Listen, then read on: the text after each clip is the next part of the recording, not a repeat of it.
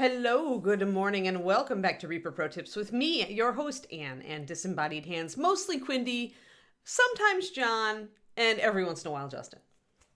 How are you all today?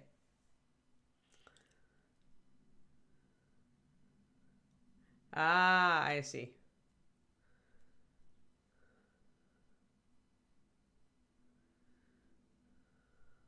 I see. We're talking about Quindy the face hugger. Well, that's creepy. Thanks, Quindy. Oh no! People took it as an invitation to hug you? Wow. So then you need to replace it with the image of a face hugger with leveling a shotgun at the viewer, and then pretty much just, yeah, there you're done. Need to Photoshop that. Yeah. So Wing is hanging out, but we're going to actually do this faux iridescent effect on the head today. However, I realized I didn't quite get to highlighting the teeth yesterday, so we're going to do that very quickly. We're going to work on teeths. Dentition, proper dentition on your dragon is a necessary thing.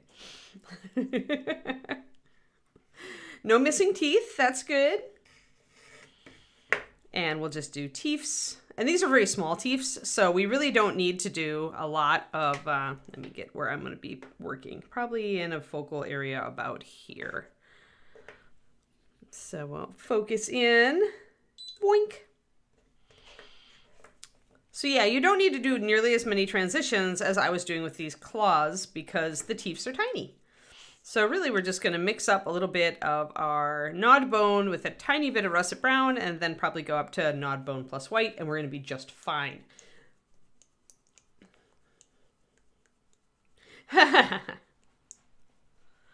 Alrighty. You know you're in with nerds when you mention people hugging people and you get this response of, ew! Although I guess it's not just a nerd thing anymore. You know, but we do tend to be rather introverty and not want unwelcome hugs. I think everybody doesn't want unwelcome hugs when it comes down to it. So I guess it's not really a nerd thing anymore. So I'm going to do just a smear, kind of about a drop, a little less than a drop of russet brown. And I want to back up. And so you can see my palette without me having to move my palette so much. 4 drops of this. And then I'm going to do 2 of those and 2 of, let's see here. You could use an off-white like Chaarondar or bleached linen, or you can just use pure white. Up to you. Hey, Babel, how's it going? So I saw the wolf pack got passed, and that's exciting. So my owl bears are up next. Owl bear is about to become a reality. That's awesome. We may get to the Egyptian expansion yet. Saw they sneak previewed another goddess model from it. We'll check in with the Kickstarter a little later in the stream, just because I like to check in with the Kickstarter. Because I haven't looked at it today, so I don't know how much it's gotten up to. So we can check that later. So I'm going to do a 2-to-1 on this to start out with. 2-to-1 paint to water, more or less. Which should give us a nice thin paint that will come off our brush easily. So a lot of people don't talk about this. I'm probably going to do a video on this actually for my YouTubes and maybe do an expanded one for my Patreon as well. But when you thin paint, it's not just that it lets you kind of do gradations and layering better. It's actually that it comes off your brush easier. So there's a couple of reasons to thin your paint. Oh my God, Cornico.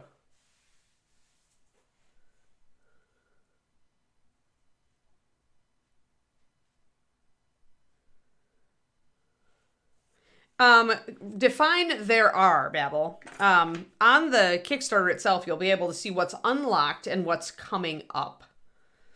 And as far as, and it should be pretty clear what's an expansion and what is an add-on. So, all right, let's just go there. Let's go to the Bones Kickstarter.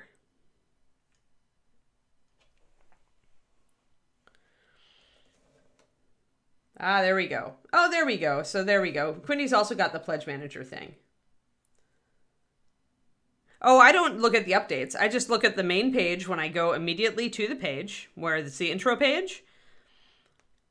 And if I scroll down, it'll give me kind of the map that is what we've unlocked so far. It'll show me what's coming up. And then if I look down, it'll give us the stretch goals we're going to unlock. But then you can also see the expansions. If you go all the way down past close-ups, you get to the core set. So then it's going to show you all of the core set. And then it's going to show you some of the unlocks. And then it's going to go to expansion sets. You can just scroll down and see the green Griffic expansion. If you see all green little things, that means it's completely unlocked. We get to Briarwood, which we're still trying to unlock. So you see that little red there. You see a couple of greens, but then you see red, and you're like, oh noes. So we're working on Briarwood. And then Denizens of the Dungeon we haven't gotten to yet, so it's all locked. And same with Hakir. So all those are the expansions. Then you get down to options and extras, and that gives you the add-ons. So you can get all of this on the main page. Just scroll down until it starts talking about the core set, and you'll be able to scroll past and see what everything is. And you also can see whether it's locked or unlocked. I honestly don't bother with the updates because they do a lot of teases on the updates, and I find them confusing. So I just stick to the main page and go down to the core set and look from there.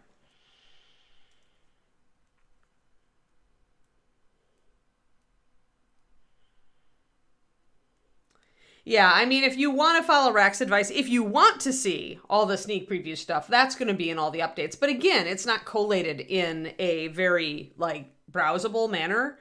So for me, if we get to it, we get to it. I don't need the hype. I'm already considering which expansion I'm going to drop money on. So yeah. Now, we're going to do the teeth inside of the mouth first so that we can actually attach the dragon's head to itself. Yay! Yeah, the preview stuff isn't really, I'm being very picky with this Kickstarter.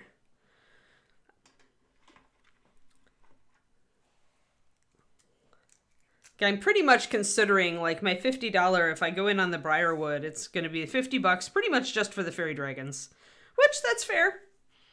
You know, I'd pay more than that for a resin fairy dragon.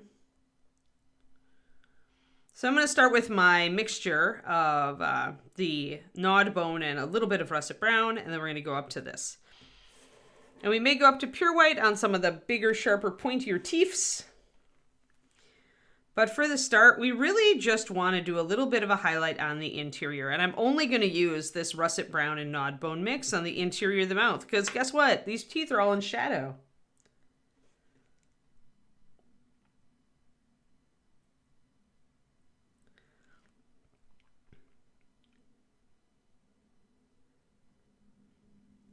And again, just like with the claws, I'm doing kind of those vertical brush strokes on the teeth to kind of suggest some texture.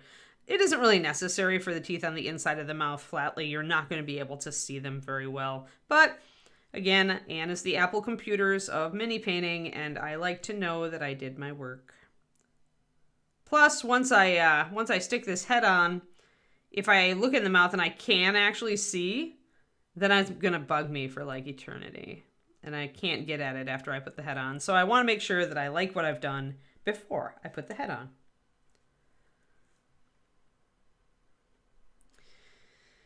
Whether there would be more raccoon folk depends on how well the first ones sold, Rax. So if they weren't super popular, then probably you're going to be stuck trying to convert those original raccoon folk. But if they were popular, maybe you'll get some more. It always comes down to sales values at that point. Because it's cool when, we can put out these kind of fun little pieces. But in the end, Reaper needs to make the dollars to stay open. So they're always very conscious of sales numbers. So I just put an extra layer of that because I'm thinning my paint so much, my first layer of paint, this is why I use thin paint all the time, guys, okay? Because I did a 2-to-1 paint to water. My paint's pretty thin, even though it's thick enough to give me those little details, those little striation details. But you can see that the color here is not at all close to the color here. So what I do then is I utilize this as if it's two different colors for layering. I just start with one layer and then I bring on a second layer, and that's this color that you're seeing toward the tip. So I haven't actually changed colors at all. I'm just layering up a single color. And I do this a lot, especially when painting pale colors and whites. You can essentially shortcut having to mix a whole bunch of intermediate shades if you just utilize that dark base coat and do it this way. So the interior of the teeth is going to look like it's got two highlights on it, but it doesn't.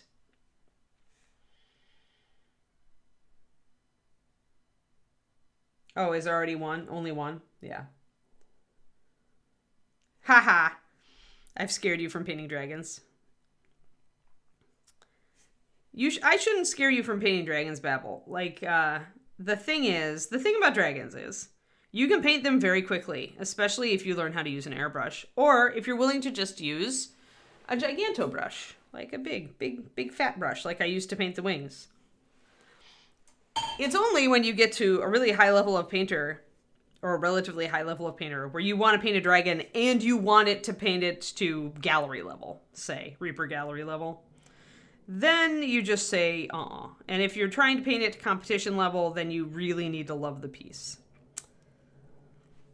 There's just a lot of them. There's just a lot of dragon. That's all. Whatever dragon you choose, unless it's Rocky, there's a lot of it.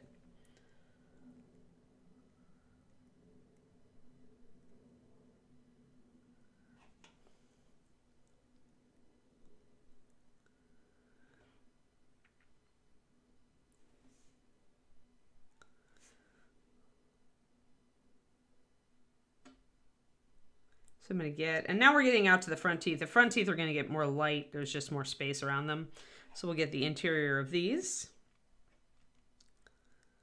And again, I'm going to do a couple of layers. I'm going to do my first, and then by the time I'm done doing all these streaks on the teeths, all on this row, the first teeths will be dry. It pretty much dries right away when you're using paint this thin. That's the great thing about doing like 2 to 1, and then just, making sure your brush is fully unloaded. You're not putting down any puddles. You have good control. And your paint dries right away. So you're never waiting for paint to dry. I haven't, there's just unless I go back and decide to do a wash for some crazy reason, there's absolutely no reason I ever need to wait for paint to dry. This will change when I start mucking around with oils,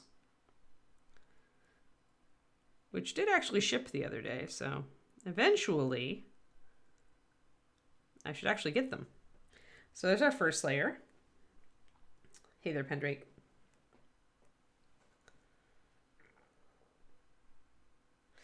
Yeah, Babel, you could do the Kiriniko. Kiriniko likes to paint dragons, a lot of dragons. She can introduce you to the joyful side of painting dragons instead of the, oh my god, do I need to paint another dragon? Remember that I did a couple of the early metal dragons for Reaper that I did the studio paint jobs, so I am like, it'll wreck you. It'll wreck you. Let's just put it that way. Marthringle, Verosithrax, no, wait, yeah. And then Cinder, although by Cinder and Stormwing I was doing very fast paint jobs, relatively speaking, on dragons, because I needed to get them done. But I would say Marthringle is probably was the most intensive paint job I ever put on a Reaper dragon. It took a long time, too. That's when I learned my lesson. That's when I learned why doing dragons to a very high standard, is something that a lot of painters don't do, even that can. So we've got a couple layers of highlights. The inner teeths look good. We just checked in with the Kickstarter, Pendrake. You missed it, but that's okay. I didn't look at the total, though. What have I got? Okay, so yeah, we just unlocked a wolf pack. So we've got another chunk to go before we get the owlbears. So we'll check in again tomorrow. One thing I might decide is that these teeths might be a little bit too bright, and I can put the mouth together quick and kind of double check them. I can see them, but they're not terrible bright. And if I highlight these outer teeth to a higher standard, that actually is probably going to look just fine. I'm just looking at the teeth through the mouth on the inner side. I think they're going to be fine. Hey, Arrowwiz, how's it going? All right, so let's get the inside of the bottom set of Charondar's dentition. And then we will put the head together. Woo! Excitement. Then we can work on the outside teeth and get the head base coated. Now here's where I'm probably actually going to, once I've got this head together, I'm probably going to stick it onto the body. Or I'm going to have to paint it cradled in bubble wrap. Because there's just, there's nothing to hold this with except for itself. And so either you have to put it on the body and hold the body, use the body as a handle while you paint it, or you want to utilize your happy little square of bubble wrap to cushion the model nicely so that you don't rub paint off. And this is even too big of a square, but I can double it up. So hold the model like that. Even then though, as I'm painting it, I'm going to run into issues, I'm sure. I can hold it by the horns, I suppose. That's probably the better solution while I'm doing the head, but I don't know, I'm going back and forth. The problem is the body is actually large, unwieldy, and heavy. And the tail really gets in the way when you're trying to get at spots and hold it comfortably. So given that, I am a little reluctant to put it on the body if I can figure out another way around it.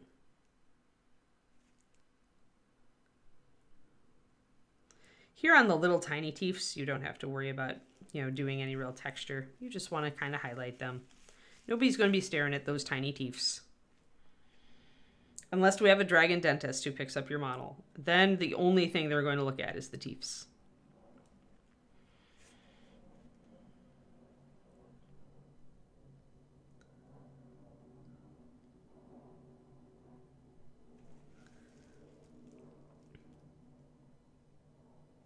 Now, Iffy.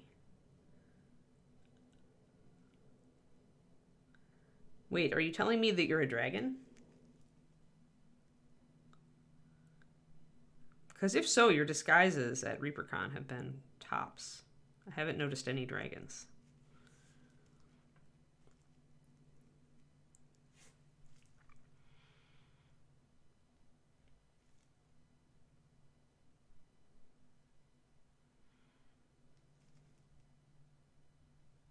Little tiny teeths.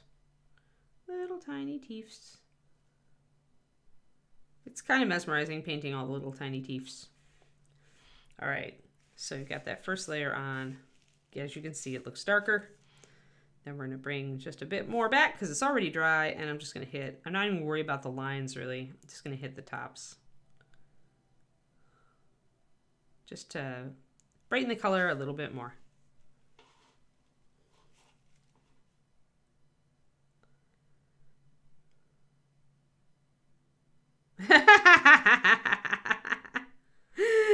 Yeah, so is it out of context day? Like we started with Shadow Raven and then we now we're we're very much diverging from anything that, any viewer immediately tuning in is like, oh. Yeah, sadly the tongue will not be very apparent once I put the mouth on. Yes, name the next dragon Iffy.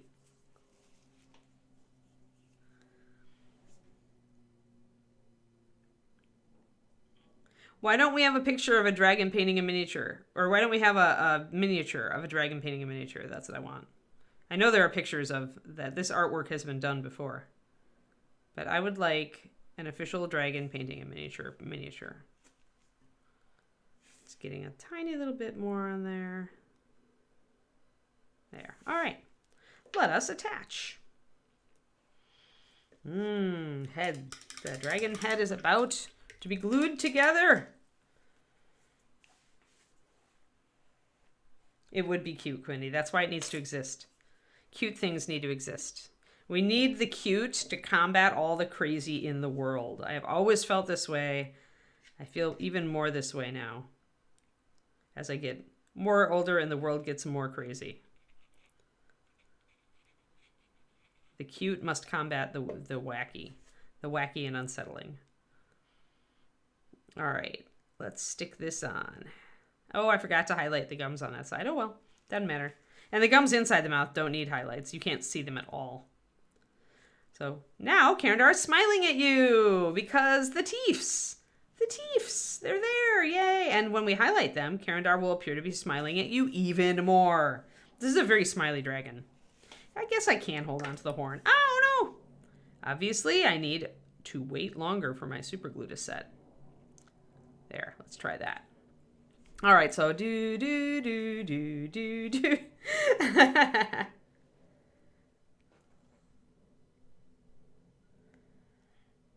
So, copper dragon, then, you're saying Iffy. Iffy is a, okay, so Iffy is a copper dragon. So maybe Iffy is actually like, oh, what's the copper dragon that we have? Crifrixus? Yeah, so that would be Iffy, especially the invisible form then, maybe? That's how you get around with the fact that you're a dragon. You just go invisible. Crifrixus, right. Yeah, so Iffy the dragon equals Crifrixus. Man, come on, glue, come on. The glue's like, I'm not amused. All right, this is a pretty good fit though. And the way that the mouth membranes nest down into the jawline means that you don't need any putty to disguise the joints. Oh, okay, cool. Yeah, I knew somebody had done one, Kerniko. I knew I'd seen something. All right, so that's good to know. Miniature heroes. Excellent. Now I'm going to kind of look and see where I missed my mold lines before, since we've discovered that I have missed many mold lines. Very alliterative of me.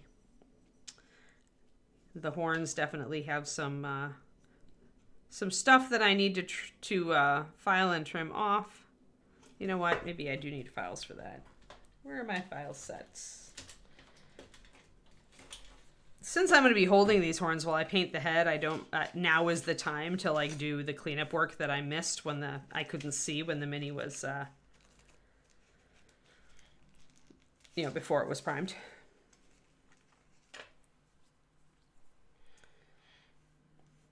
No, we were just picking up, like, Iffy was comparing herself with the same adjectives I used to compare, like, dragons. And so I asked her if she was a dragon. And we decided if she was a dragon, she would be a copper dragon.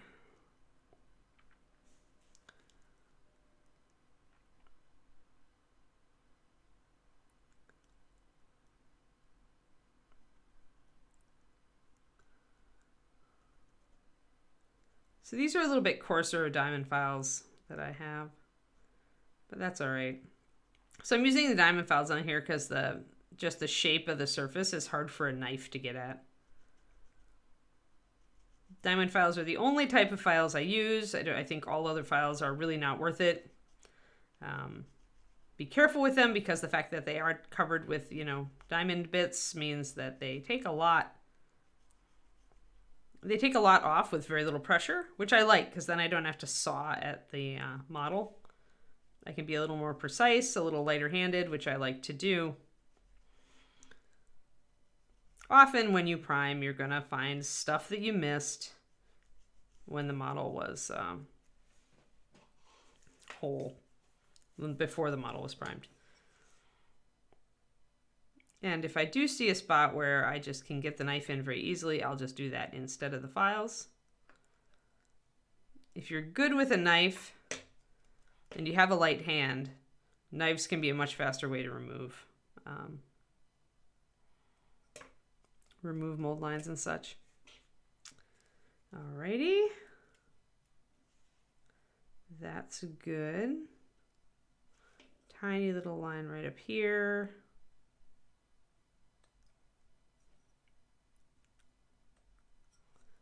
Excellent. See if there's anything on the other side here. Got that one, got this one. Looks pretty good. All right. Excellent. And now our head should be glued together. Perfect. Alrighty. Smile. Definitely a smiling dragon.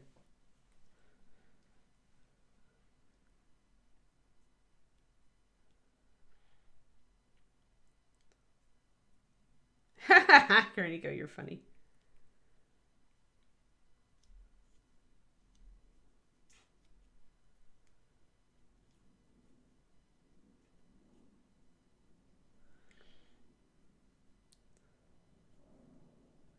Cool, cool.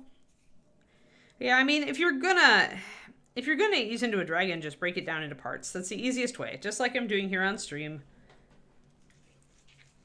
Just, go at it one part at a time, and that way you don't get overwhelmed. I mean, otherwise it's easy to be like, I will wait to paint this until it doesn't intimidate me, and then it never doesn't intimidate you, so sometimes you just have to run for it. You just have to go, screw it, I'm painting this dragon. And just tackle it a piece at a time.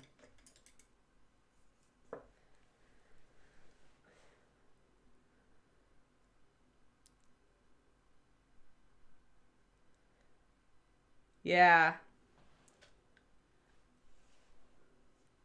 The known hat. When you've got a lot in progress, dragons can go very slowly indeed, because they take so much time and effort. That's a lot of dragons. You could also follow my espoused method of with big models in general. If you concentrate and paint the most boring thing first, like a lot of people start with the dragon's head, and that's the most exciting part. But then they go totally run out of steam on the rest of the dragon. And for me, I hate wings. So like that's why I started doing the wing on this until it started to look really good. Now I'm excited to do more of it. But yeah, so figure out if there's a part of the model that you tend to like bottom out on that you just don't enjoy. Paint that part first while you're still excited about the whole model. That way, when you get to the point where you lose oomph on the project, which is inevitable with any creative project, don't think it's like you, it's actually just the nature of creativity. But that way, when you get to the point where you lose oomph, you still have a really exciting part of the model left to paint. And that helps you finish. It helps you enjoy finishing the model.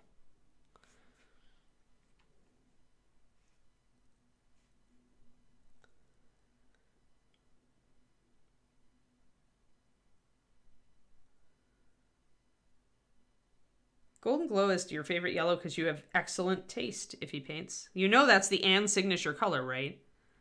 That honestly is my, like, when we were kind of choosing, when each artist was kind of like choosing a paint color and I was making it, Golden Glow was my color.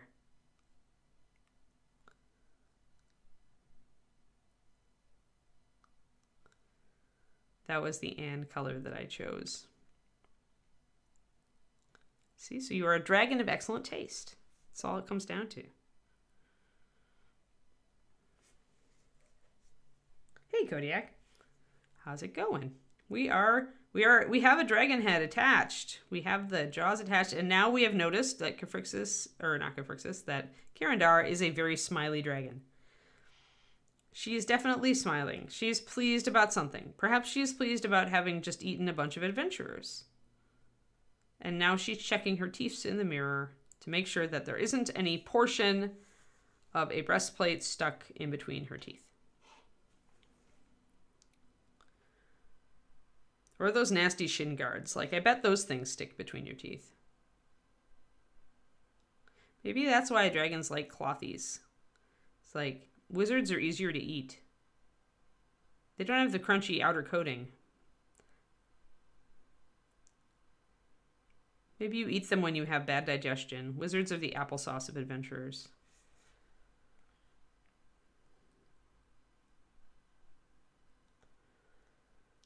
Now I'm imagining a dragon like hunkered over on a giant pile of colorful paints. Yeah, it's still morning where I am for 2 more hours. Greaves are the draconic spinach. Derek Schubert has to pop in. Whenever there's whimsy in the air, Derek appears.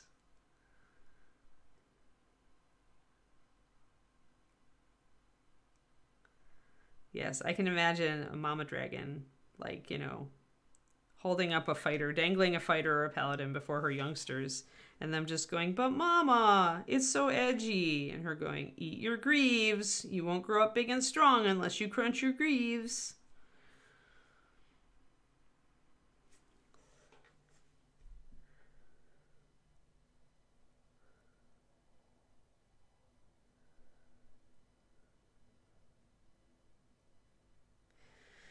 Yeah, body coloring, because there's so much of it, right? You can make scales more interesting, like, but that has to be like, if you're gonna do that, of course, it's gonna take a lot longer. That's the problem with the body. It's like, you can make it more interesting and fun, but if you do, almost inevitably, you're adding time to the model. Unless you do everything, all your setup with an airbrush, which is very fast, and then you go in and start detailing.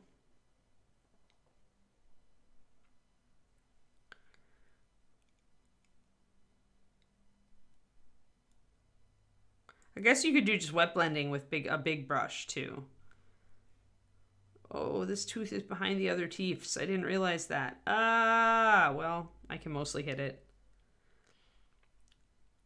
Apparently dragons have overbites on the sides of their mouths and an underbite in the front. Her teeth are not, like, seriously. Her teeth have issues. Like, they line up well. She's got good, what do we call it? She's good alignment on the one side. But the other side, she definitely has an overbite.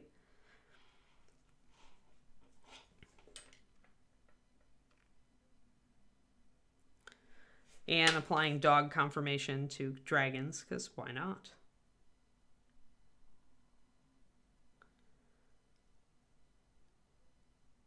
And I got a little bit of tooth color up on the gums there, but I can fix that later.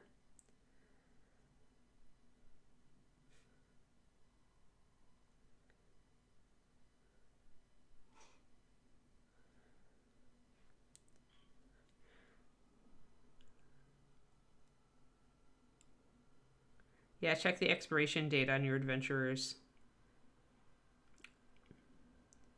Is that how you get ghoul dragons? Like, nobody's done a ghoul dragon that I know of, even though we have zombie and skeletal dragons. But a ghoul dragon would totally be a carrion-eating dragon. That would be pretty gross. I could see that. It would be probably pretty cool looking.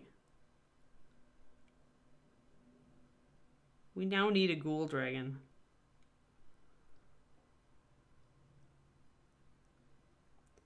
Has a larder where it leaves its adventurers to cure before it eats them.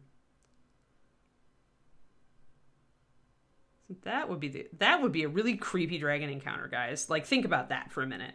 That would be like, imagine your adventurers, like, coming in and, like, facing a dragon that's like a ghoul. Like, first of all, that's just, like, terrifying and really high level. But then, you know, walking into, like, a back room, which you think is going to be a treasure room, and instead you find all these dead adventurers, like, just hanging from hooks in the ceiling because they're curing.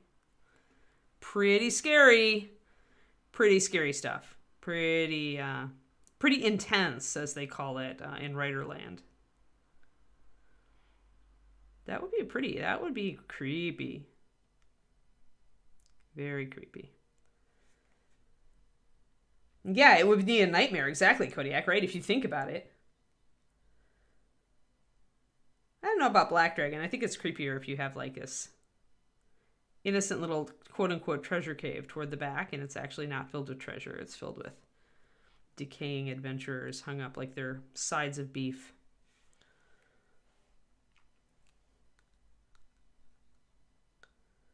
Yeah, that would be fun, Kodiak. That if you're trying to do scary, it's just what you don't expect, right?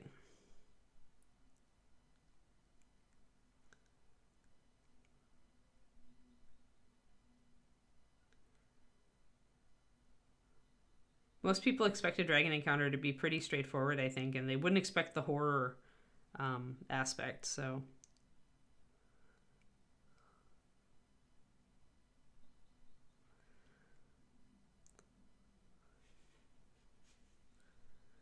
All right, so we've got those teeths, those pearly whites, that grinning dragon.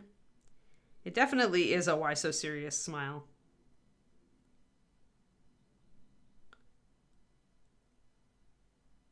Leaving a little bit of the texture here. Now let's get our next highlight.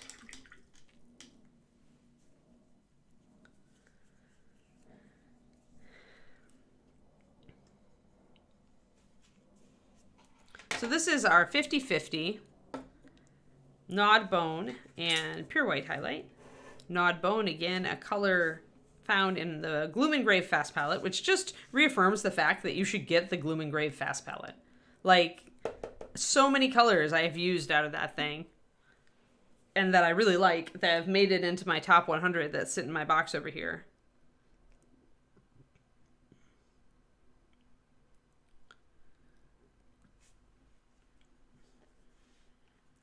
Fast palettes are great. Some of them I'm like, well, I like these 3 colors, but not the others. But Gloom and Grave, I mean, I painted a whole miniature just in the colors from Gloom and Grave. Do you guys remember? This is painted only in colors from Gloom and Grave. It's just a great palette. Like, it just is. Like, that's it. It's just a fantastic array of colors. So, if you are looking, if you're looking for a great bone color, which this is, and you also would like these other fantastic colors, the purple and the red and the green and the black, the blue black. It's actually almost an kind of a blue violet black with black, but that's a liner. It's a Death Knight. And yeah, this is just a really good. And as you can see, all the colors can be made to work together.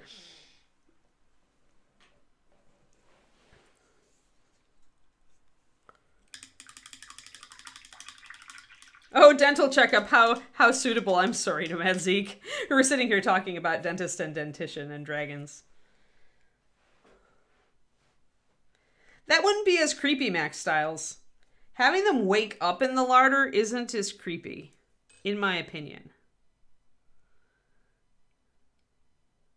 It's more the exclamation point at the end. Just the way I'm thinking, because you can still make the encounter plenty creepy by like the design of the lair and the powers of the dragon.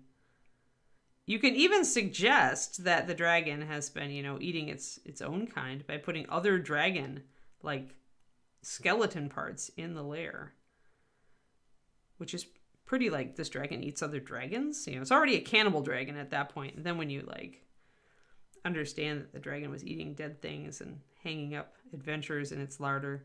Even better if one of the adventurers is somebody they know from town. I don't know. Up to you. Like, creepy things are creepy for different creepy things are creepy for different people, because we're all very individual, and I think the sense of what creeps us out is like different from person to person.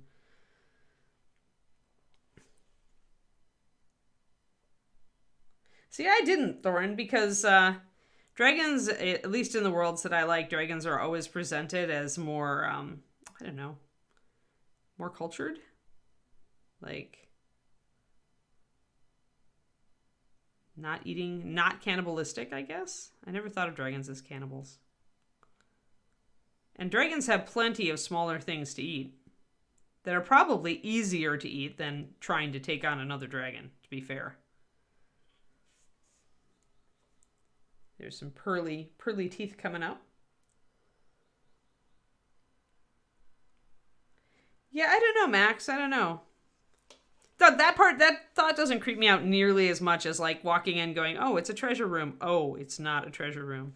And seeing all these adventurers hung up, maybe with little scallops of flesh being taken out of them. Like little charcuterie size pieces. Dragon charcuterie. There's another thing, dragon charcuterie. Like totally is a thing. I don't know. But like I said, what's creepy for you is different from what's creepy for me. It would just be something I would never expect from a dragon, so it would make me like kind of wig out.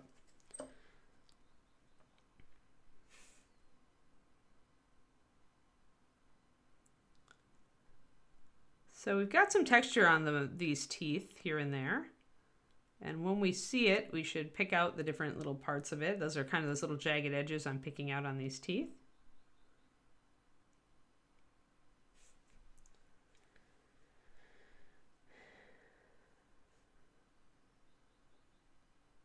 That'd be a super high level encounter, I think, Rex. I don't know if a ghoul dragon can... Yeah, I guess it would have to create like younger kin. It wouldn't be able to have eggs or anything.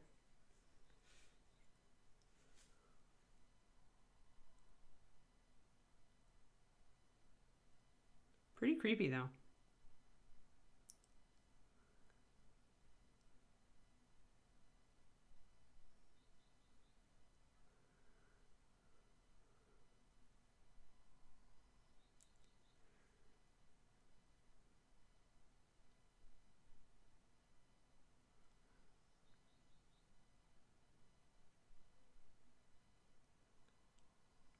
Alrighty. Let's get these guys. We're sharpening up all these nice teeth. Look at those nice teeth. Yeah.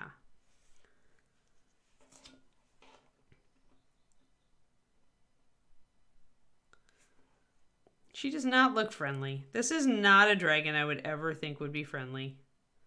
Some dragons you could paint as friendly dragons.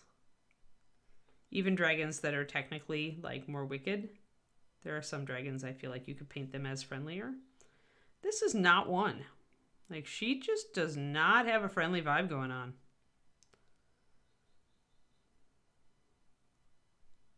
Saw the artwork for the 30th anniversary dragon. That's pretty cool that Reaper went and got special artwork done.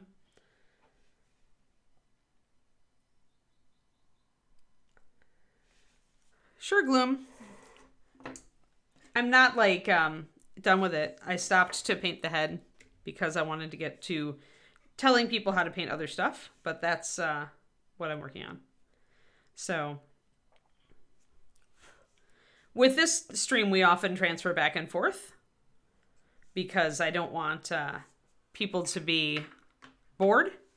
I'd like to, like, do different things.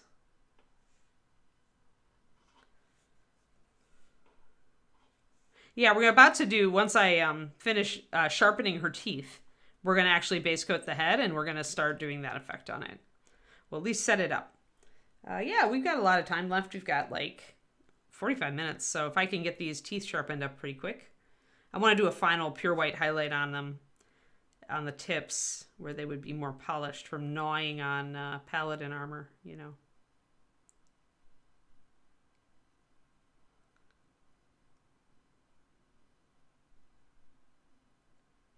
Oh, you know what would be even creepier? Okay, so you guys were looking for ideas for Halloween games, and we were talking about a dragon who is a ghoul who has a larder full of, you know, like, preserved adventurers. It would be even cooler if you start out, like, say the initial, say you totally do a red herring, and the initial start to the adventure is actually that something is messing with the suspicion, say, that a noble has that something is messing with the magic of the high priest in town. Because a whole lot of like resurrections and raised deads have just been failing. They just have stopped working. The high priest is, like, totally distraught and he can't understand what's going on. So then the reveal at the end is that the high priest has been working with the dragon because the dragon's been supplying him with something, like, you know, pick random, like, worth it kind of reward. And the high priest has been purposefully failing resurrections and sending all those corpses off to the dragon. Maybe the dragon gets special powers the more high level of a corpse it is. Maybe she has, like, you know, there could be all sorts of crazy stuff in there. Like, you could do a total red herring like that, and it turns out the high priest is actually just as evil as the dragon. And then they discover essentially, like, all those bodies that they thought were just failed reses were actually being fed to a dragon. It's so cool. Yeah, that could be fun. That could be a lot of fun.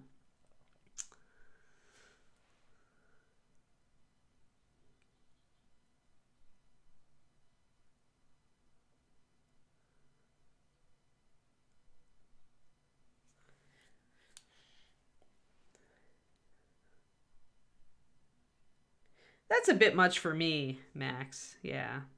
I don't go for the over the top a lot. I like more subtle horror.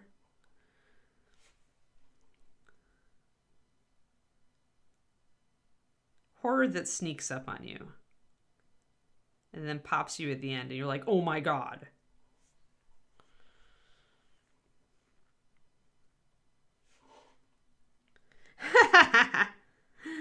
I all my story stuff goes into my novels these days, Rex.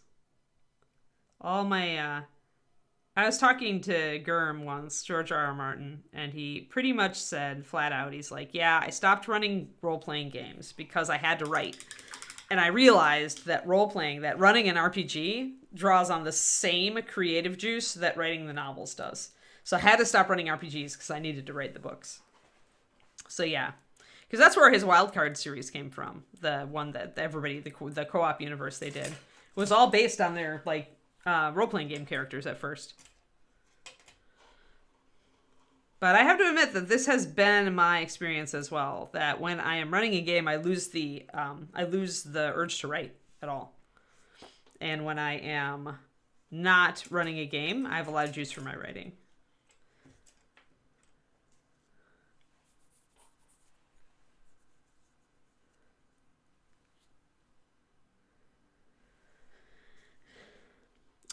That's a good idea to put armor over those areas, Pendrake. It would change the silhouette a lot, which might be needed. I haven't actually. I put the legs on the other day, and I did prime. Where are they? Oh, she's actually sitting back here. She's lying on her back here because I haven't actually attached her to the base. But I haven't, like, she's got such a short neck, but she might work as a wyvern. I don't think I'd want to cover up all the chest armor, though, because I really like the texture on it. So I'm not certain on that. I'd have to see. Like, something needs to be done here, either replacing the scales or adding more bulk or texture. So I don't know. Like, I maybe would want to bulk out these scales more, because if you've got a wyvern, you should have really powerful wing muscles across here. So you almost should bulk this area out a little bit more. But yeah, so I haven't decided quite what to do since I've got a dragon with no front arms. I don't know if I'll even get to there, though, because we really are I'm not going to finish the dragon, so it's almost not worth it at that point. All right, so let's get some color on the head here. Oh, wait, I wanted to do a final highlight on the mouth. Where is my white? There it is.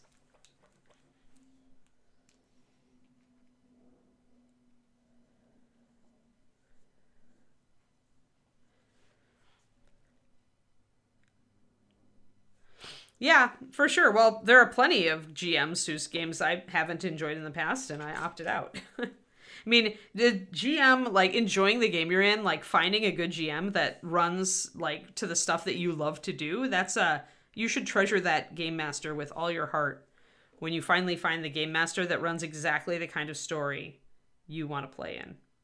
Because it's actually pretty rare. I mean, because a really good game master is going to have a definite style, I feel. So sometimes you're going to enjoy yourself, but not like go, oh my God. And sometimes you're going to hit that game master that was like, oh my God. And you just like, you'll play in anything they run because you just love them. You love what they do with story. But yeah, my point was not to bring up a criticism of Grimm's stories. It was merely to say that I do find that as far as me running a game, it's likely not to happen for the foreseeable future because I'm really focusing hard on my writing lately. And I find that what he said is definitely true for me as well.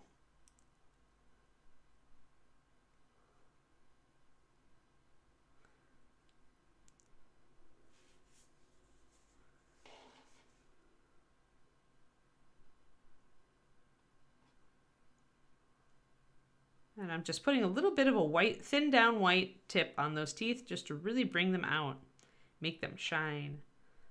The tips would be sharper, more worn down. Now those teeth really stand. Look at how it makes that last touch of pure white makes those teeth super pop.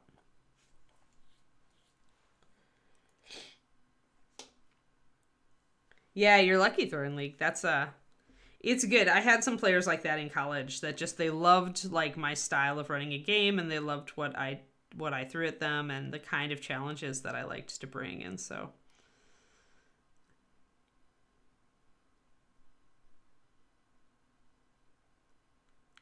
it's rewarding for the GM too, for sure. Here we are. All right. A toothy smile. So we're going to leave the gums, although I started highlighting the gums yesterday on the other side. Let's get the blues in here because I need to figure out if I need to adjust the color of the gums. And now's a good time to do that. So we're going to limber up our ultramarine shadow, prettiest blue, certainly in the running for the top prettiest blue in MSP. Yeah, it's not going to stay that way for long now, Chaarondar, now that we've got the blue out. So we're going to start going for that instead. Now this is a head. The head is actually going to have a lot of green on it. And I'm kind of tempted to get my dragon green out here and to do a base coat of green on the head for a lot of it. Because the way that iridescence, we're doing fake iridescent, we have to think about lighting. Everybody's brains immediately shut off, right? So, since we're doing kind of a fake iridescent effect, here I did that by looking at the shadows on the wings, and that's where it starts blending into blue, right? Like you can see it. You can see the shadows fall, and then when the light is full on them, you can see the blue. So, keeping that in mind, this head, a lot of it is facing up, and you can see that right here. If you look at it from above, you can see the whole cheekbones, you can see most of the lower jaw. Like there's not a whole lot of shadow in there. So with the blue mostly going in the shadows where things turn away from the light, then I only have a few areas really that are going to end up blue. And a lot of my blue is going to have to be like a little bit between the scales here and there.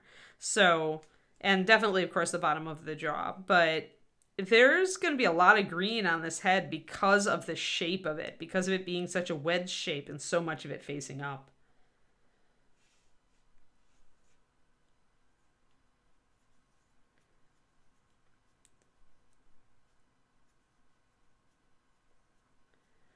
Oh, thanks for I'm glad you like it, Thornteague.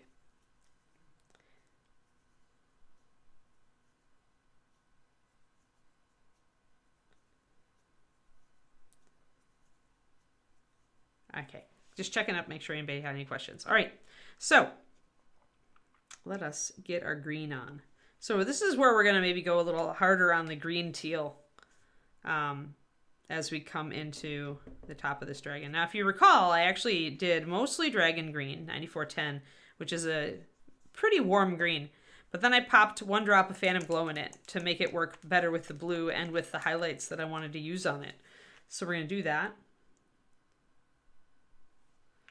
And then we're going to take that, and instead of going straight up to Phantom Glow, I found that I liked the warmer highlight. So I'm going to take this, move it over, and add pure white to it. Just to make, at that point, when you start mixing your own highlights from the midtone there, it's a lot easier to make them harmonize if you're mixing interesting colors or trying to go for a weird effect.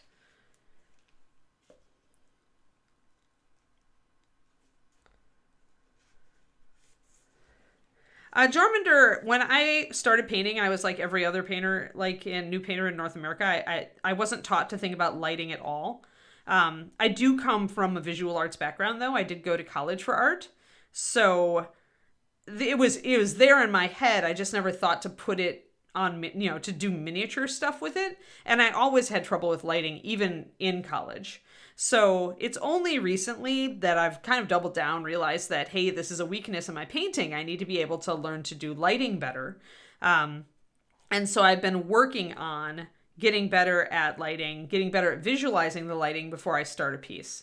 So it's certainly something you can learn. It's not really even that hard. You just have to start thinking about it. And a lot of us a lot of the people I've met in North America in general, like they get into the hobby through D&D or they get into the hobby through Warhammer.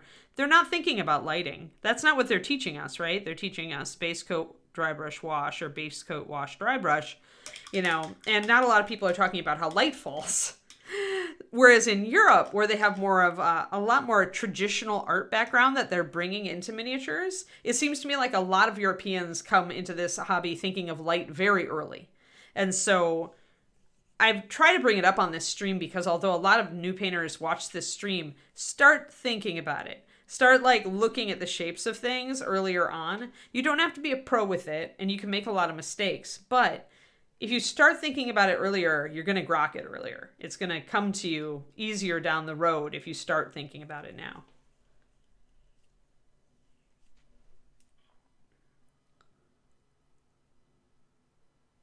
Yeah, it makes a big difference, doesn't it, Kroniko?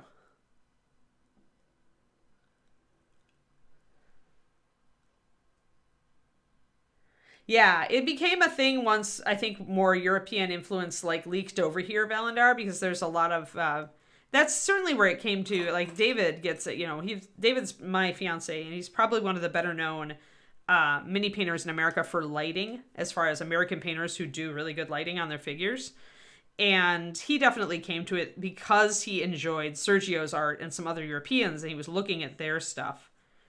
So let's do an experiment. I want to do kind of a green here. I'm going to imply a shadow actually earlier than it is. There is a bit of a bulge here, so I can get away with it. I do need to thin my blue a bit. I might switch to a bigger brush here. And keep my paint a little thicker. Yeah, I'll switch to the Optima. So we'll go up to the bigger, thicker, fatter brush, shorter brush. Better for pushing paint around and blending. And I'm going to bring this in, and then I'm going to do some wet blending, because wet blending, you know, it's what Anne does.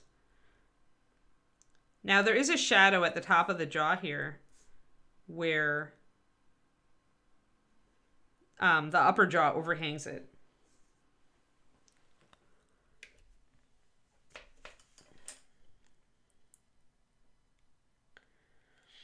Yeah, the Spanish painters, they just, I think, because the Italians and the French painters also have their own kind of style, right, Thorin?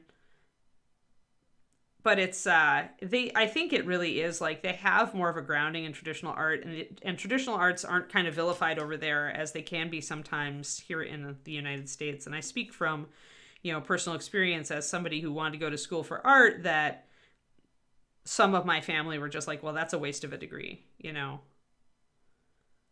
It's a waste of schooling. That attitude is out there here, and I don't hear as much of it coming from the other side of the pond. I'm sure there are still parents over on the other side of the pond who are like, oh, please don't be an artist, you know? But I do find that it's really not treated seriously over here. And so we don't come from that perspective. Art isn't, you know, everybody's like, oh, that's just, you're just painting a miniature. Art has nothing to do with it. And I disagree strongly with that. Whereas I think in Europe, maybe they have more open-mindedness toward that. There's also a very long tradition in some parts of, you know, the world across the pond from us that, like in Russia, they have a very long tradition of miniature painting. And a really, really well done miniature painting. And so there, you know, it's different again. So I'm trying to bring in some blues down here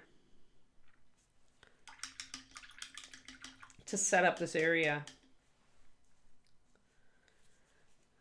It's all the siestas, that's funny.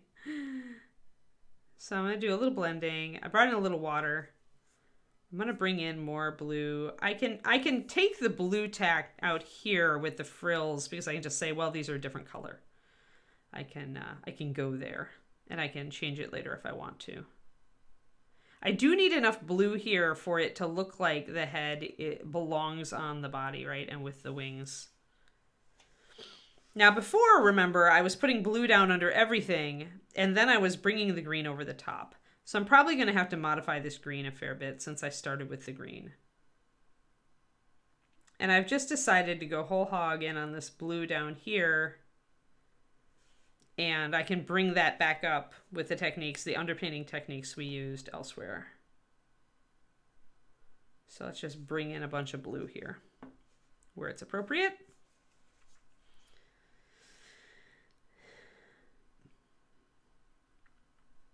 But yeah, whatever the case, even though we don't always start with, you know, thinking about things like light with miniatures and this, you know, where we come from over here, that doesn't mean you can't pick it up. There's so much, you know, knowledge out there that's easy to get to on YouTube, especially on Patreon. Some of the best painters in the world do Patreon, not just me, but like Ben Comets, Sergio, they do Patreon.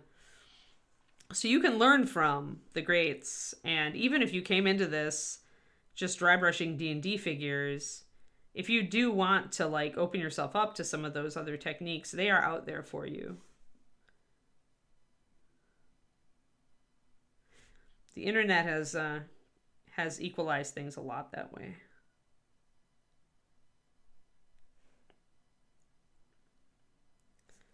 Blocking in. I'm going to try, actually, on this other side, we're going to do an experiment. We're going to do it the way we did it on the wing. So instead of putting the green down, I'm going to put the blue down everywhere. And then I'm going to go over it with underpainting. And we're going to see if it actually shows up to be different at the end. Just a little experiment. Got to be careful going near the mouth since I did paint part of this before.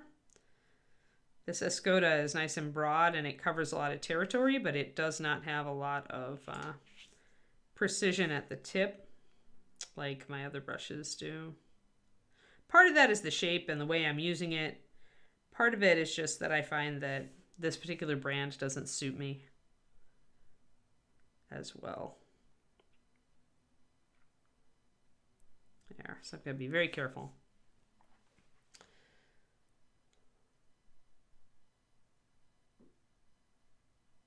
Yeah.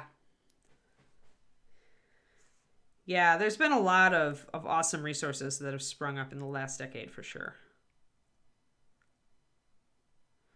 I mean, I started painting seriously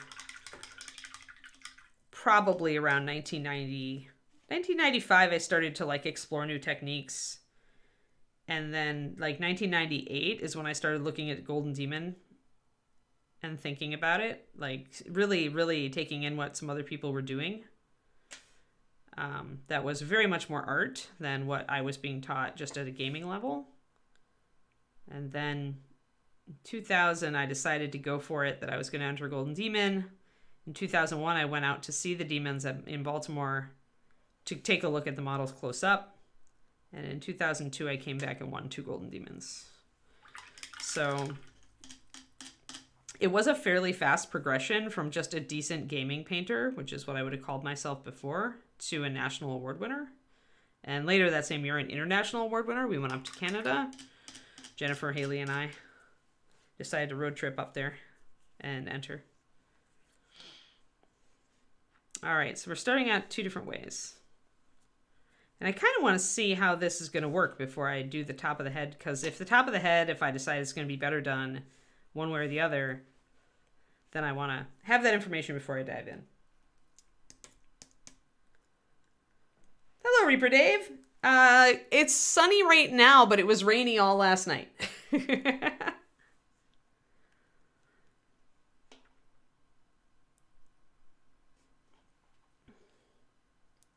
We actually are getting some weird late rain. Like when I first moved here 2 years ago, the rain pretty much shut off like a spigot had been turned off. I am going to shade under the eyes, guys. That is one thing I'll do while the rest of this dries.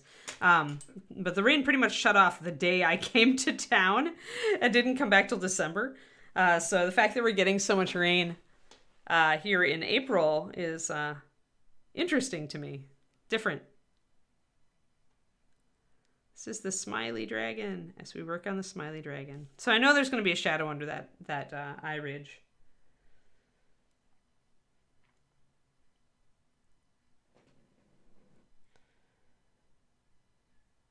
Oh, okay, we're talking about scotch and things, wine. That is totally like outside of me at this point, since I cannot drink anymore. Or if I do, I have to drink very, very, very, very small amounts. So I will let you guys just have at it in that discussion while I outline this dragon's eyeball. Anywhere there's a shadow, I want that blue to be. Just kind of filling time here and knocking in places where I know where there's a shadow. And while we wait for this to dry so I can tackle it, and we're gonna again take the dragon head up to this kind of effect. But I'm trying 2 different ways to do it on this side, so we'll see how it works.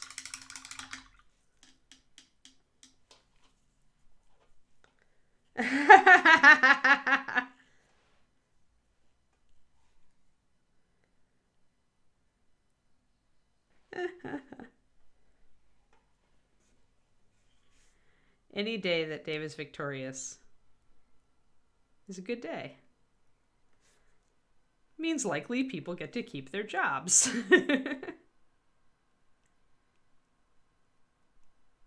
No. Dave is a very nice guy. Just terrifying. Just a little terrifying sometimes, that's all.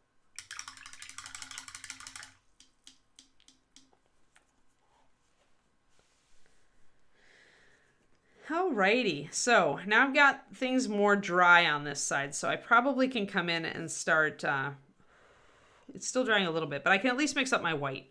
So remember what we did on the wing. We started with the blue, just like you see here. We underpainted the area where we wanted the green to be, but it wasn't a real solid coat. There was some of the blue that would still show through. And then we brought that green in stronger, and then we brought this teal highlight, this aqua highlight, up on the top of the wing. So that's what we're going to do on the head here. It's just going to be a little more challenging.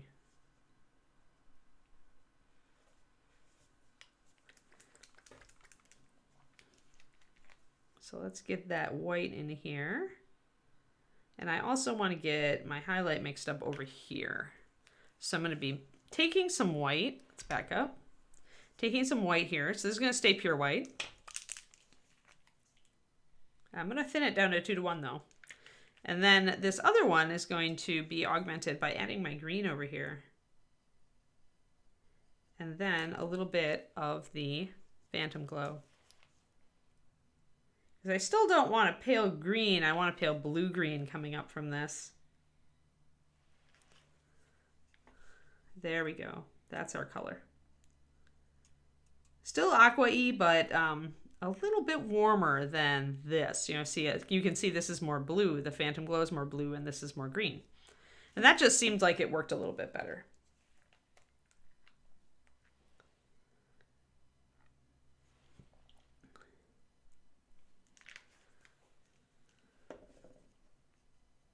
Hey Dave, did they tell you I might be getting a new puppy this fall? I know Dave loves puppies, so I like to keep him in the puppy loop. We're waiting to see the doggy mommy is going to be breeding soon, and then we have to wait to see if there are puppies. And if there's a girl puppy, I get it. And we'll have puppy cam. Like, I'll probably move the toolbox on the screen, like, up into the upper left corner, and I'll put a puppy cam in the lower right. Yes, yes. So, another Shiloh, although this one will be a little mixed because we're doing some outcrossing to try to get better genetic health. But yeah, so I'm very excited. Kiri passed away. My last dog passed away, you know, about 1.5 years ago. So little less than 1.5 years ago. So I feel like I'm okay. I'm ready for a puppy again. Yes, puppy cam, for sure. Now you'll have a reason to tune in.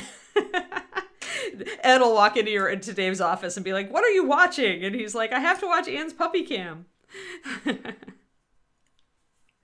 So yeah, I have space for a puppy crate like right here next to my desk, and so I figure that'll be easy to kind of put a camera over on the puppy while I'm streaming.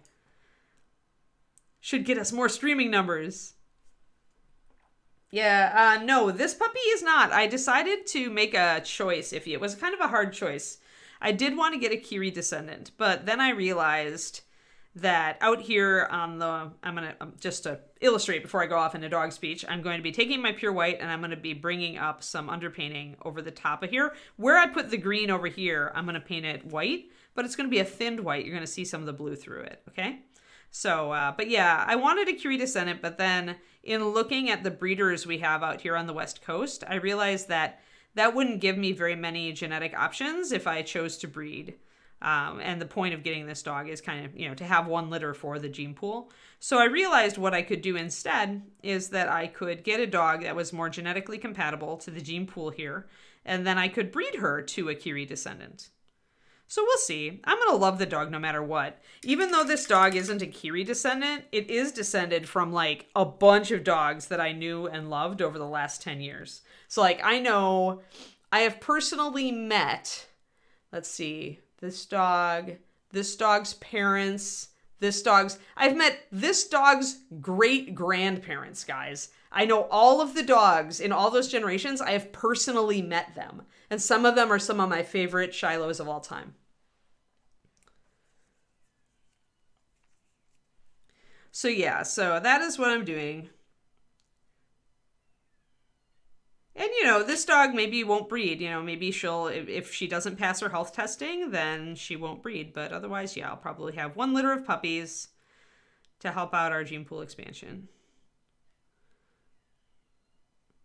And I'll breed to a Kiri descendant that way.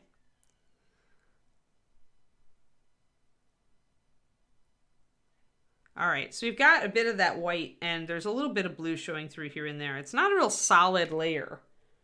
You can see that, you know, there are places it's more solid. You can also kind of see the blue through it in various places. So that's what we're doing. And then I'm going to take my green, and I'm going to glaze that over the top of this. Or heavy wash it over the top of this, sorry. Got a little close. We need puppy cam. You will get a puppy cam. So yeah, if all works out, Dave, the puppy would be ready to come home like 2 weeks before ReaperCon. So the puppy may end up coming to ReaperCon because I don't want to kennel a puppy that's that little, and I still want to make it to ReaperCon. So you may be able to meet the puppy. That's a lot for a little puppy to take in. So Zach has offered to a puppy sit. But I will definitely bring the puppy to ReaperCon at least once. So. Yeah. Yeah, I'm dog genetics. Canine genetics is my other hobby. Mommy does DPS. I could go on and on and on. But we won't. It's a painting stream, not a dog stream. So I may do some videos for our Shiloh breeds YouTube. It desperately needs videos. So all right, putting a glaze over this gives me a different effect than it does over here. It actually makes it look like it blends in a little bit better. I can glaze the green over the blue and start getting that kind of color shift effect. It isn't as solid because since I'm glazing, I'm using a thinned version of the green, so it's not nearly as strong as it is over here. So let's try to put a little bit of a blue glaze into part of our green here.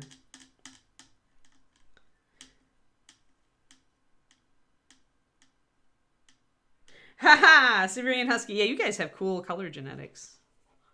Yeah, so we're not an AKC breed, Mommy, and that allows us to still outcross. Like we have a very small gene pool, so we need more genetic health, and we work with University of California at Davis to sequence our breed and kind of make sure we can keep as much diversity as we can. But yeah, so I'm all in that. It's my hobby. Ah, that blue is so strong. Okay, ultramarine is very strong, so if you're going to glaze with it, you really have to thin that sucker down. Really thin. I threw a lot of water into this, and I'm bringing this over the green. I'm trying to get an effect like I have on the other side. I'm still a lot warmer up here, but that's okay. I'll be bringing in some of this teal color to highlight. No, that's actually a myth. We recently contacted UKC because we kept seeing news that, or like people saying that in the past Shilohs had been UKC, but UKC confirmed that no, that is not the case. Shilohs were never allowed to show or recognized by the UKC. We don't want recognition by anybody that would not let us outcross because we're still so small. So we'd consider UKC down the road though, because I like UKC's philosophy, and they're actually letting the Chinook breed still outcross. So there's actually a precedent. There we go. I'm going to just add in a little bit of blue up here. Kind of the line of the snout. There's this muscle pack here. Yeah, they do it now.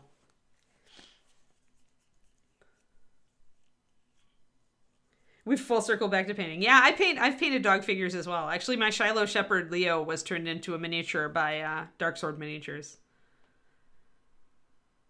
Actually, he's got two versions. He's got a dog version and a anthropomorphic animal warrior version in Jim's store. So yes, oh yeah, it comes full circle. All right, so blue, green. So the problem here is that things get muddy very quickly when you're mixing the blue and the green. So doing the underpainting lets me avoid a little bit of the muddiness. Now, it's working with the glazing over here, though, so I think we're okay. I'm going to do a little bit of a white overpaint here and put some of the teal over it.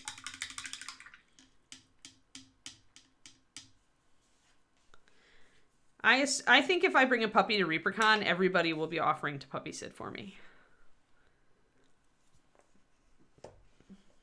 That's my assumption. This kind of looks cool. It's got the streaky eyeball. All right, so I'm going to mix up some walnut, guys, because I want to block in that eye. I want to line around the mouth. Then we can keep bringing up our colors. But yeah, I'm a fan of UKC, not a fan of AKC really.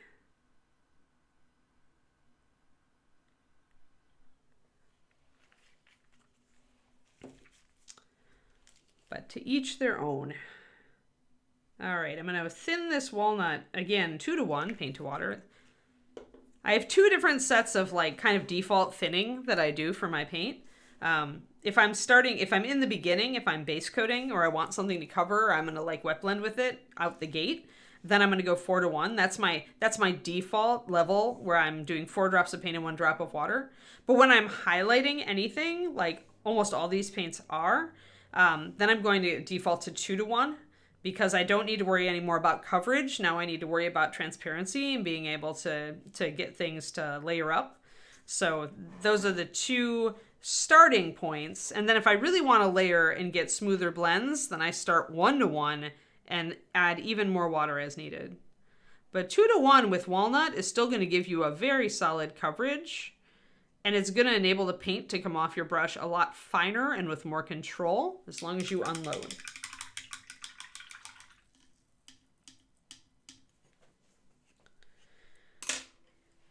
Yeah, they just don't really concern themselves with the dog's health very much, Miss Dimp, in my opinion. But anyway, back to painting. I could dog dogs for hours, and you guys would all be bored silly. So let's actually do some lining around this dragon's mouth. But yes, there will be a puppy. We will have a puppy cam. I'll figure out how to get another camera attached to my computer. I'm probably going to have to split my existing one, split the USB. Because I'm out of USB ports. Between the microphone, the paint cam, that cam, yeah, I'm out of USB ports.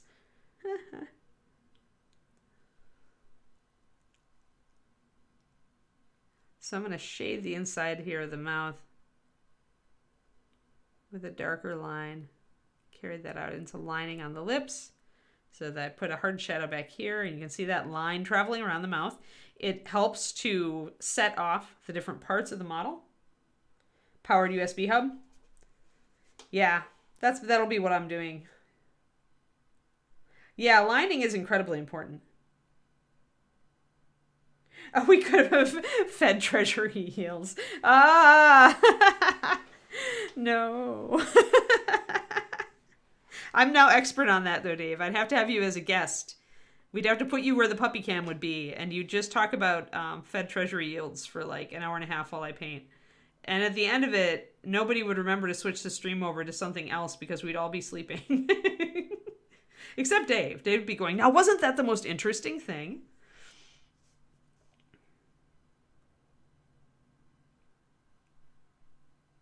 All right, yes, lining makes a big difference. It helps crisp up everything.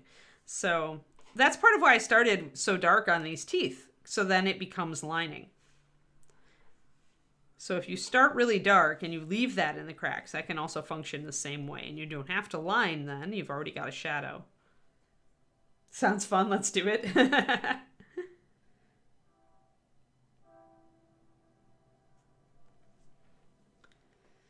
Yeah, I think that, I mean, right now I feel like we're doing a good job. My org is doing a good job with the Shiloh just because, I mean, we have high standards. We have a lot of oversight, a lot of breeder oversight, which most orgs don't. Most orgs just pretty much issue registration papers. Like, that's their purpose. So I feel like the more you leave, not that all breeder organizations are good, but I feel like it works for us. All right, let's put a heavy shadow. I'm going to actually, I'm going to do blue. I'm going to do lining here first, but then I'm going to come in with blue shadow under here because this angle, you can see the shadow as I turn it toward the lamp. You can see that this is highlighted and this is shaded. So we're going to go blue underneath and green up top. But first I'm going to line around the mouth because otherwise it's going to be a pain in the butt. If I start painting all the rest of this stuff, it's going to be hard to align.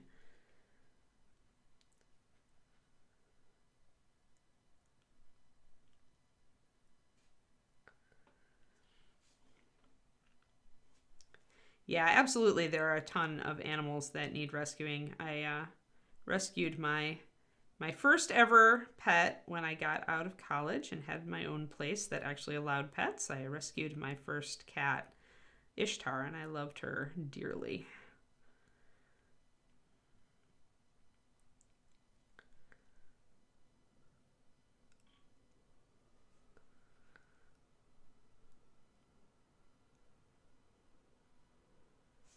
There we go. So that little thin line there just helps like separate the gums from the scales visually. Helps to bring out your details.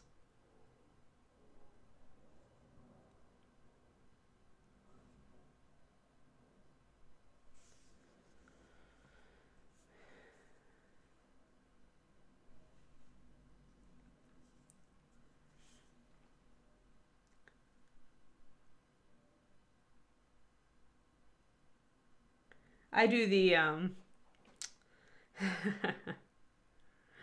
That's funny, Tristoma. He's like all into it, huh? I do the whole like just invest and forget. Put my money in index funds and just forget it exists.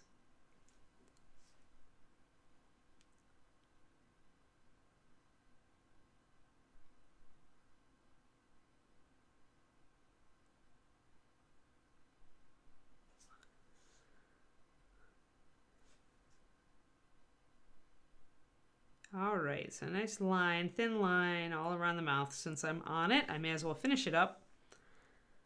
But notice how that makes a difference. Like you go from kind of like out here to much more tight here. Lining makes a huge difference. Never underestimate the power of lining.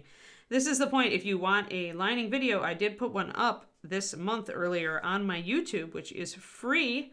I'm doing a miniature painting fundamentals series with, we started with base coating and we're just progressing with various stuff. So if you are interested, they are fairly short videos between 8 and 20 minutes. I think the making your own washes one might be a little longer. But they're fairly short and I try to keep them to the point. And that is on my Painting Big YouTube, which there we go. Quindy with the bomb, all the places you can find me. I'm excited about the YouTube. I like it. It's a good format. The Patreon goes a lot more in depth. So if you are, if you like the YouTube, but you want more, then your best option might be to head on over and check out my Patreon. It's patreon.com/paintingbig. If you just want to see kind of pictures of stuff that I paint, you can find that on Instagram, and you also can find it on my website at paintingbig.net. I have pictures of some of the more notable models that I painted, the ones that I like more, up on my website. I'm always like kind of making time here and there to add to the gallery. All right. I always block in the eyes dark at first, just so I can get that line around the eye.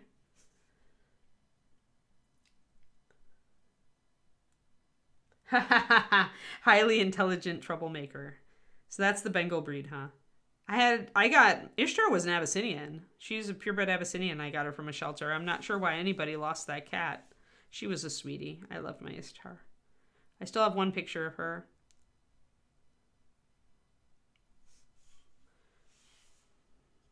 So now it looks like a soulless dragon because there's no eyeballs, right?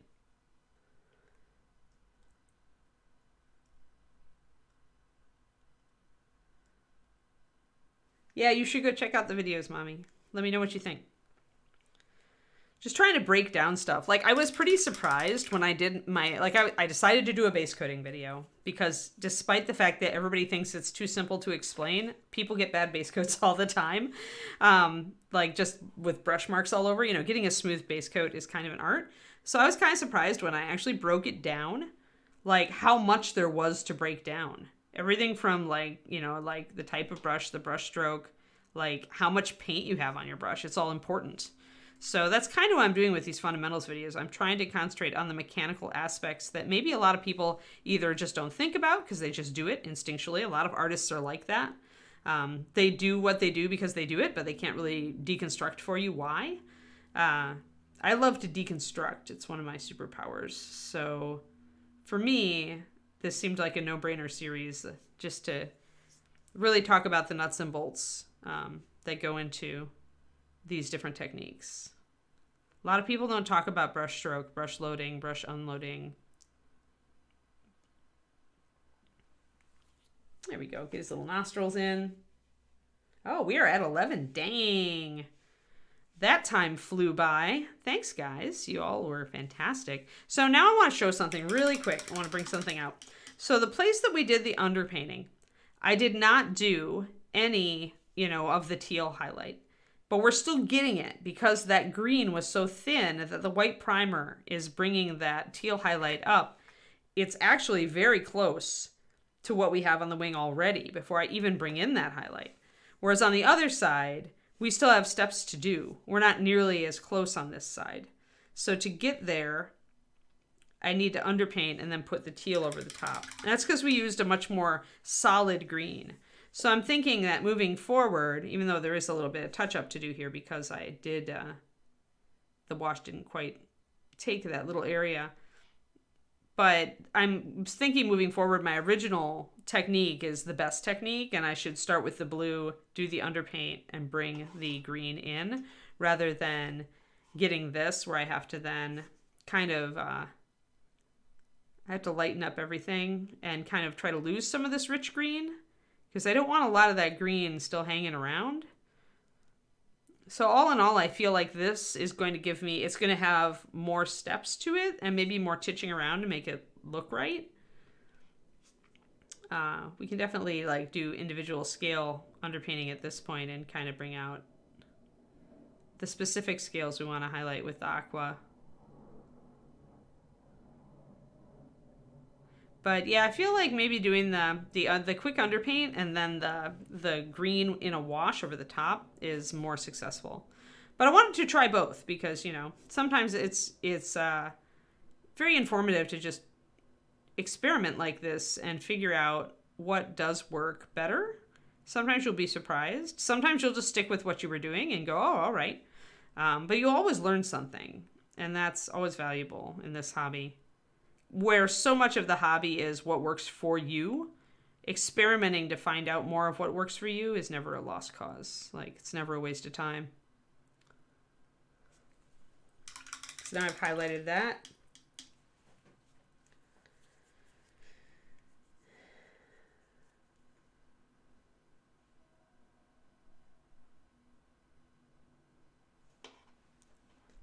Yeah, they look like void eyes. They do.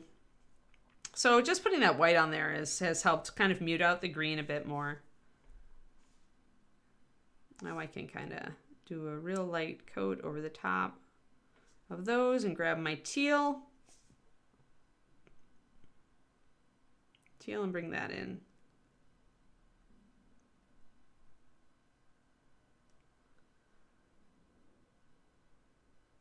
And how detailed you get, how much of each individual scale you paint as opposed to just doing a general stipple highlight, that's entirely up to you and what your goals are. Now, we don't have any green down here on any of this, so we'll have to work with that. And down here, we have a little bit more of the green feel spreading down here because I took the green glaze down into this area here, whereas here we were painting very, very sectionally, and so we didn't get that effect.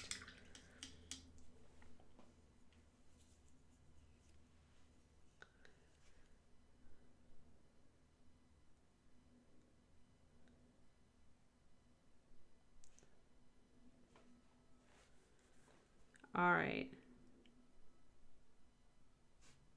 I am going to grab the screen and pull it down a little bit into this area, and then we will wrap up what we did today. We painted dragon teeth at the beginning, and we put the dragon's head together once we had the interior fully painted. Since the mouth is so close together, we really can't reach in there right now. So it's a good thing that we got that tongue painted. You can see it back there. And we got the interior of the teeth painted. We all attached it, and then I did a little bit of an experiment to see the best way to tackle the head and make it look more like our wing here. So we are on track to make the dragon head look like the dragon wing, guys. We're gonna really go whole hog.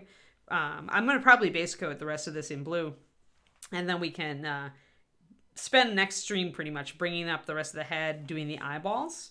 I think that'll be a fun stream to close on for Friday. Do you think so? Alrighty. So thank you for tuning in. I hope you're having fun with Chaarondar here and the way that we're doing her with kind of this color shift pattern. We're going to see, it's a challenge to shift from doing it on this big area where I find that color shift is very convincing to doing it on a very much smaller sections where I find that it's much more difficult. So we will continue trying and seeing if we succeed or fail with the Chaarondar head. And yeah, I hope to see you all tomorrow. Yep. Oh, that's right. And Crafty Creative with Josh Foreman is on at 2 p.m. USA Central Time. So definitely come back and watch. I hope you all have a fantastic day. I will see you tomorrow. Bye-bye.